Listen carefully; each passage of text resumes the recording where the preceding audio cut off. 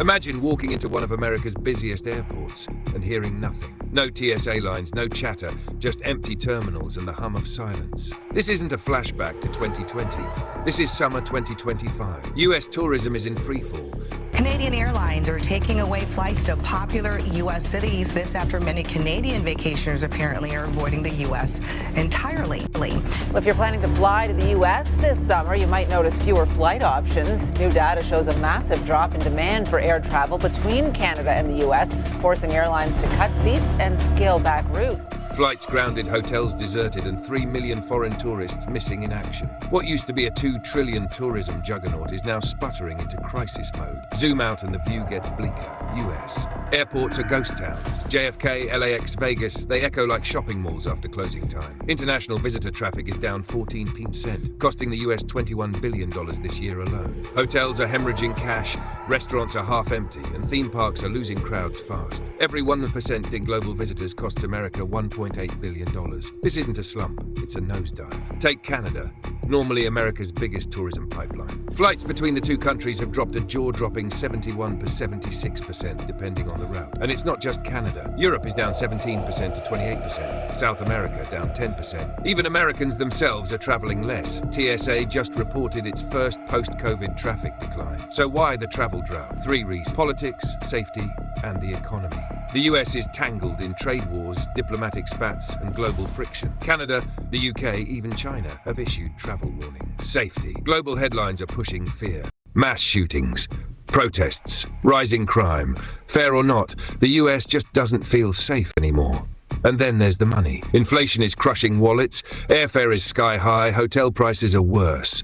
As one politician joked, if people are financing burritos, they're not flying to Disney. Here's the truth nobody's saying out loud. Travel is becoming a luxury again. For regular families, a vacation feels like a financial stretch. Factor in safety fears, long visa delays, and airport chaos, and that dream trip?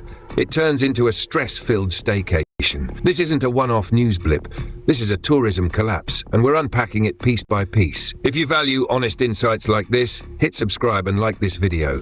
Let's dive deeper. Cities that survive on tourism, they're getting wrecked. Las Vegas is down 8% in visitors. Thousands of hotel rooms sit empty nightly. Casinos are losing 5% or more in revenue.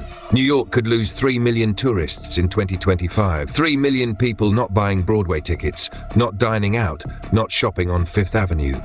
Small businesses, souvenir shops, food trucks, family-run cafes, some barely survived COVID. Now they're back on life support. It feels like 2020 all over again. But this time, there's a twist.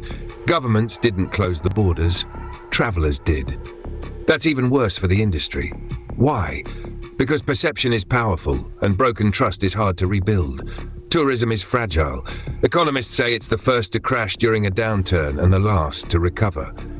If this nosedive continues, the US could lose $20 to $21 billion by the end of 2025. That's not just lost revenue, it's jobs, local income, and economic momentum gone. America's image as a top destination. It's cracking. And it's not just big cities hurting. Coastal towns, national park hotspots, historic main streets. Entire communities are watching summer income evaporate. Gift shops are closing early. Local festivals are vanishing. And once these microeconomies collapse, recovery isn't fast or guaranteed. Can it be turned around? Yes, but not easily. US travel agencies are scrambling. Glossy new ad campaigns, smiling tourists, skyline promos. Customs is expanding fast entry. But none of that matters if the message from the top stays the same. Negative headlines, foreign policy heat, fear-driven news cycles.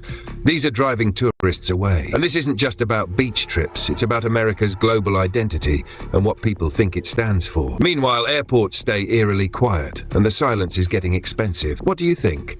Are you seeing signs of the tourism collapse in your area? Would you still travel to the US this year? Drop your thoughts in the comments.